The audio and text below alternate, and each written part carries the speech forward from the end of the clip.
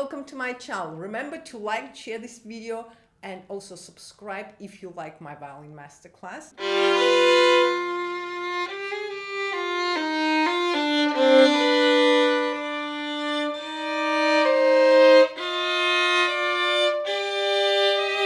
Here I also went into the second position, so I played.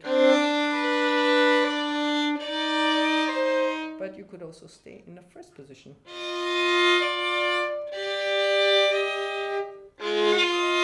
If you're not trying to avoid using your pinky, which we often do, don't try to avoid it. It'll strengthen your pinky. In measure 11, we start soft and try to build it up from there. Make a big crescendo.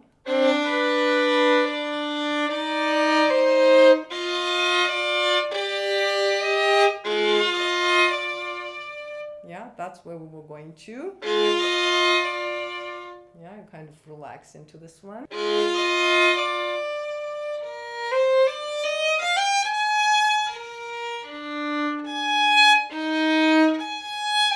Relax into this chord.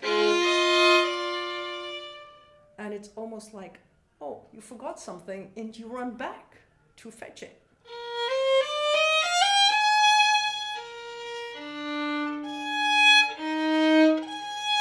So here I imagine a funny scene. Relax into the chord.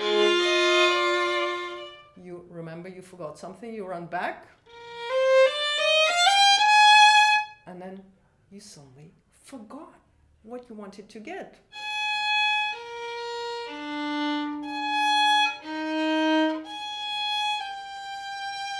It's a funny moment.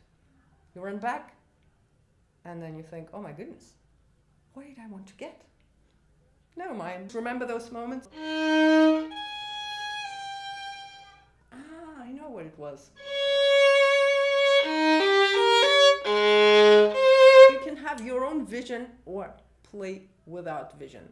Just focus on the music. Actually, it's not important to have pictures in your mind.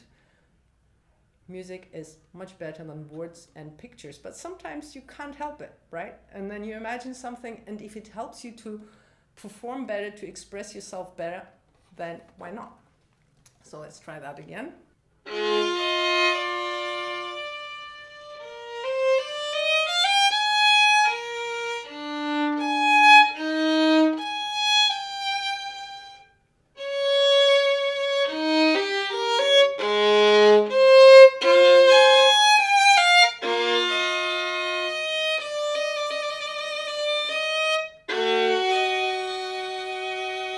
Now when we start playing from the second quarter in measure 12,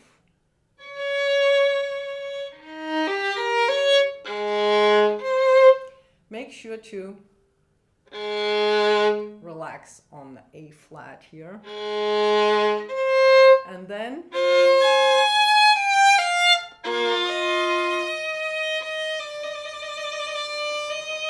everything goes to this chord. And it sounds like a big question.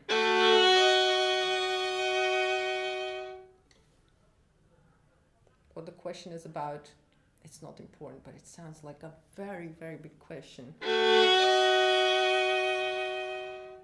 And you can decide what you want to do here. You can get stronger or you can relax.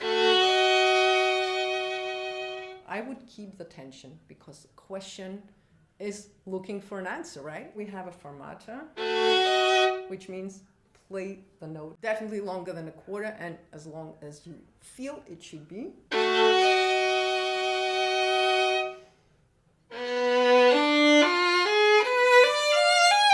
So here keep the tension even. While you're taking your arm back, the tension is still there. Yeah, you can still hear that chord. With a Baroque bow, you would play.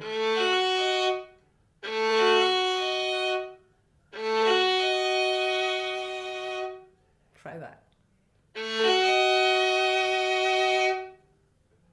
It's like one, and then connect, and then stay on one note. I don't do that with this bow. I just play.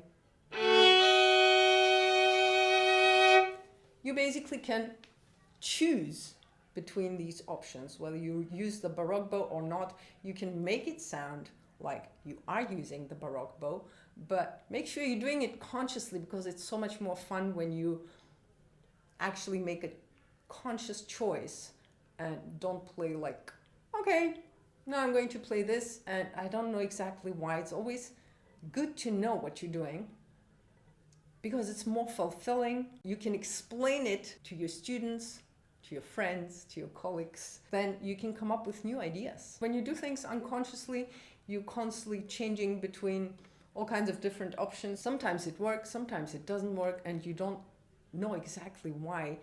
It's not as much fun as when you figure out why it doesn't work, then you start making it work. Whatever you do, make sure you made that choice. You choose between playing,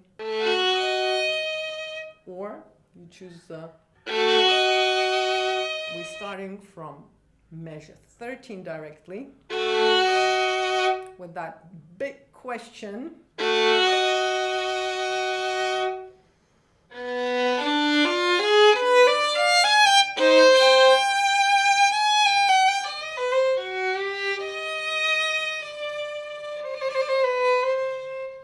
And that was the beginning of the answer.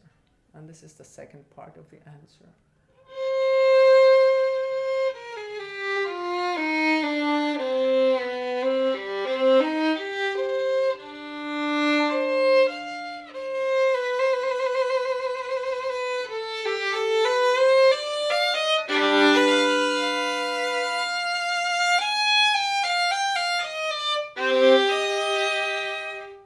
Call it the second part of the answer, or a distant memory, because it starts from very far away. That's why we often play it in a third position on a D string.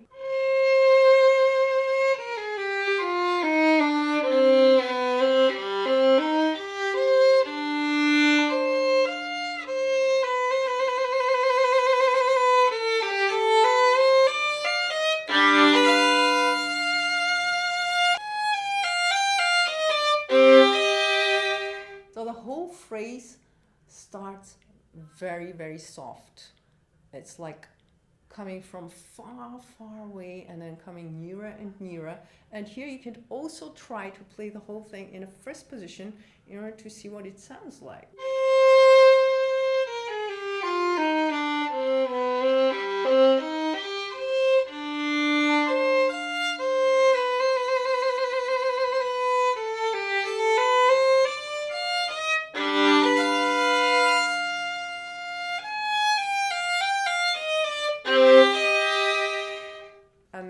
Choose between those two options.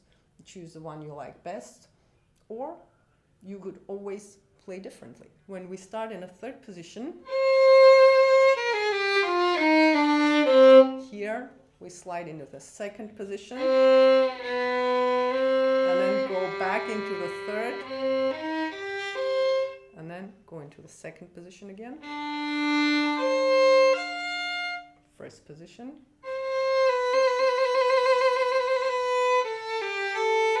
Second. We do that in order to avoid all those string crosses, like,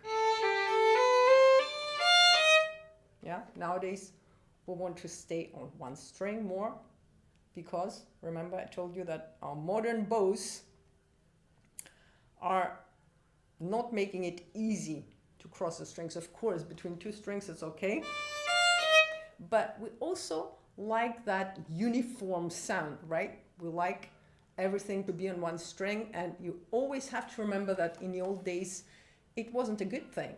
In fact, the more different colors you could bring into each phrase, the better.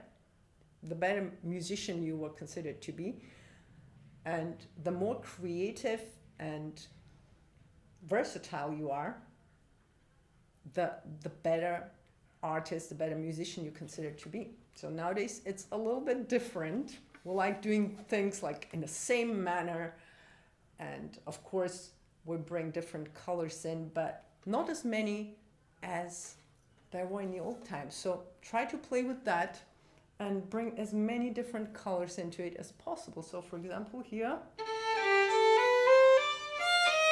why not? Or you could also go into the second position, yeah, and play it on the A string. And then go into a half position here with the second and first fingers on the A and E string.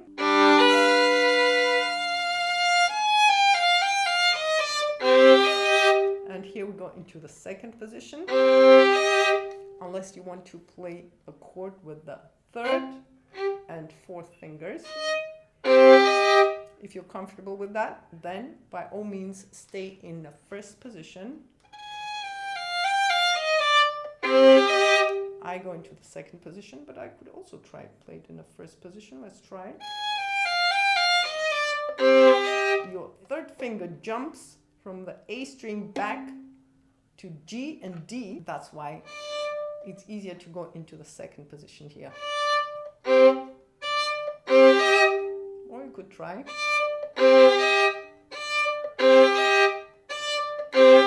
Why not? You could try. It's really hard. Because when you have tiny fingers, they land between the strings.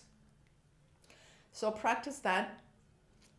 And here it's like a little gust of wind.